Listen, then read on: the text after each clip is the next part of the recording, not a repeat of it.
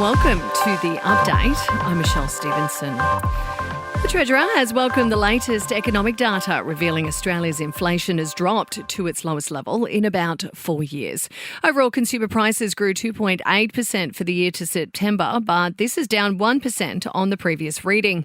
Jim Chalmers says today's results are encouraging. Headline inflation down, underlying inflation down, non-tradable inflation down, monthly inflation down. These numbers show that we are making very welcome, encouraging and heartening progress in the fight against inflation, but we know that Australians are still doing it tough. But Shadow Treasurer Angus Taylor says the government still isn't dealing with the source of the problem. Our core inflation is higher than the Euro area, Sweden, Norway, Japan, New Zealand and Canada, and we see right across the world interest rates coming down, but not in Australia. Interest rates are coming down in the United States, in the UK, in New Zealand, in Canada, in Europe, not in Australia. A decision not to investigate 6 officials over Robodebt is being reconsidered. The National Anti-Corruption Commission was criticised for not pursuing the group, which had been referred to it by the Royal Commission into the bungled scheme. An independent person will now be appointed to reassess that decision. Well, students have returned to a school in Melbourne's east after one of their classmates died when a car crashed through a fence. 11-year-old Jack was killed and 4 other children injured when the vehicle ploughed onto the grounds at the primary school. Adelaide Olympian cyclist Rowan Dennis appeared in court today on charges relating to the death of his wife. A plea was due to be entered, but instead his lawyer asked for a 6-week adjournment.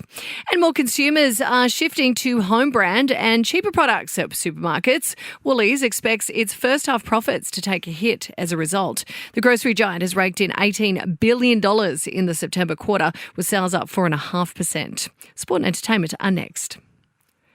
To sport, and a massive blow for incoming Rabbitohs coach Wayne Bennett, captain Cameron Murray set to miss the entire pre-season with a wrist injury. He'll reportedly be out of action for 5 months. And the Aussies are on fire in the tennis at the Paris Masters. Alex de Minaur, Alexei Popyrin and now Jordan Thompson are all through to the second round. In your entertainment news now, and the Liam Payne collab with Sam Pounds has been put on pause amid family concerns. The One Direction alum's first posthumous song, Do No Wrong, instead will be postponed until his family members are ready. Gladiator star Paul Mescal has kept a pretty low profile after arriving in Sydney this morning. The actor's set to hit the red carpet for the movie's premiere.